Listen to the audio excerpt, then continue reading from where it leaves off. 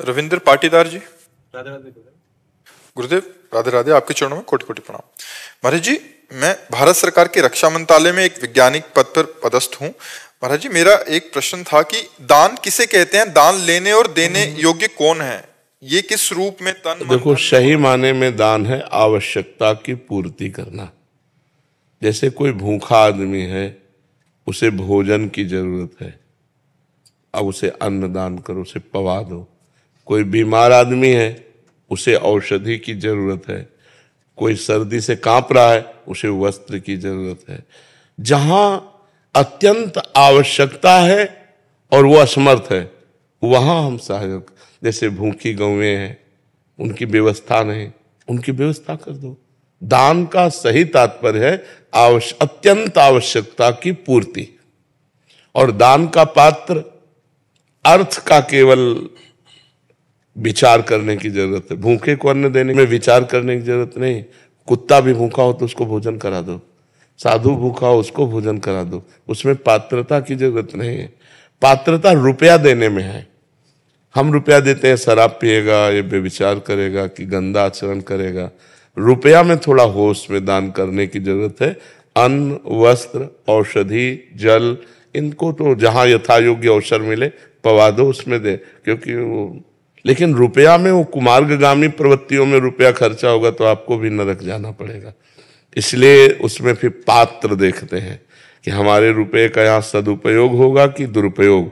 अगर लग रहा है सांगोपांग सदुपयोग होगा तो फिर कर देना चाहिए। जैसे कानपुर की एक बूढ़ी माई धनाढ्य थी, तो नारदानंद सरस्वती जी के पास नैमिषारण्य में गई और 1 रुपया निकाला और सामने रखा और कहा, प्रभु मैं गरीब आदमी हूं, सोचती हूँ कि 1 रुपया संत सेवा में लग जाए तो क्या संत सेवा में लग सकता है? उनका हाँ माई। भंडारी को बुलाया, कहा 1 रुपया का नमक लाओ, पूरी दाल में डाल दो, सब संतों के सामने दाल परोसी जाएगी, और माई आज तुम भी प्रसाद पालो। फिर उसने करोड़ों की संपत्ति स्वामी जी के नाम कर दी कि जो 1 रुपये का सदुपयोग कर सकता है वो करोड़ों का सदुपयोग कर सकता है। तो रुपया थोड़ा देख समझ के ध्यान देने की बात है। अन्य वस्तुएं अवसर पर, आवश्यकता पर हमें दे देनी चाहिए, उसमें विचार करने की जरूरत नहीं। जब अर्थ देने की बात है, जैसे कोई मांग रहा है आपसे, संत वेशधारी, एक तो संत मांगेगा नहीं, जो भगवान का निज जन है वो कभी ऐसे नहीं करेगा। ये हम तुम्हें पक्की बात बता देते हैं। जो कहावे मुआर दासा, करे तुच्छ नरन के आशा, तो कहो कहाँ रहा विश्वासा। भगवान का दास कहलाकर मरण धर्मा शरीरधारियों के सामने हाथ पसारे तो भगवान का दास है क्या? अरे भगवान की दासी हैं लक्ष्मी जी, और लक्ष्मी पति के हम दास हैं। कि हमें जो आवश्यकता होगी वो प्रभु देंगे, तुमसे क्या मांगने की जरूरत है। तो भगवान का भक्त या कोई संत या सन्यासी, मुझे तो नहीं लगता जो असलियत में सतमार्ग में चलता है, उसका लक्ष्य तो भगवान है, तत्व ज्ञान है। वो रुपया के लिए, ना औषधि के लिए, ना यात्रा के लिए पैसा मांगेगा नहीं। हाँ, कुछ संतों का ऐसा है कि अगर प्रारब्ध दोषात आ जाता है तो उसका सदुपयोग कर देते हैं। कुछ संत झंझट में भी नहीं पड़ते। लेकिन अगर कोई वेशधारी आपसे रुपया मांग रहा है कि हमें तीर्थ यात्रा के लिए या यज्ञ कराने के लिए या इसके, तो आप स्वतंत्र हैं ना कहने में। बिल्कुल डरिएगा नहीं कि हमारा कुछ अहित हो सकता है, कुछ नहीं अहित हो सकता, हमारी श्रद्धा नहीं, हम नहीं देंगे।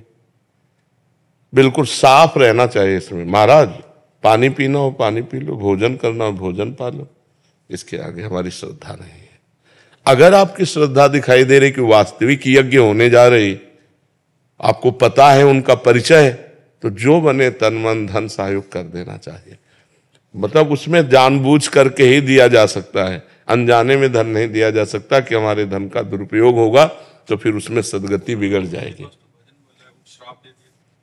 ऐसों के पास भजन बल नहीं होता, ऐसों के पास भजन बल नहीं होता जो पैसा मांगते घूमते हैं, और जिनके पास भजन बल होता है वो किसी को शाप देते भी नहीं है, और अगर शाप दे दिए तो भगवान से मिला देते हैं। मुनिनकर क्रोधो मुक्ति दातार, नारद जी ने यमलार्जुन को शाप दिया, भगवान से मिला दिया। अगर भजनानंदी महात्मा तुम्हें दंड दे दे तो भगवान की प्राप्ति करा देगा। भजनानंदी महात्मा कभी पैसा नहीं मांगेगा। पैसा मांगने वाला कभी भगवान का भरोसा नहीं रखता। ऐसों के पास वो होता नहीं है जो सांप देते हैं। जो सांप की धमकी देते हैं उनके पास कुछ होता नहीं, और जिनके पास होता है वो सांप देते नहीं है, क्योंकि सब में वो भगवान को देखते हैं, अपने भगवान को सांप देंगे क्या।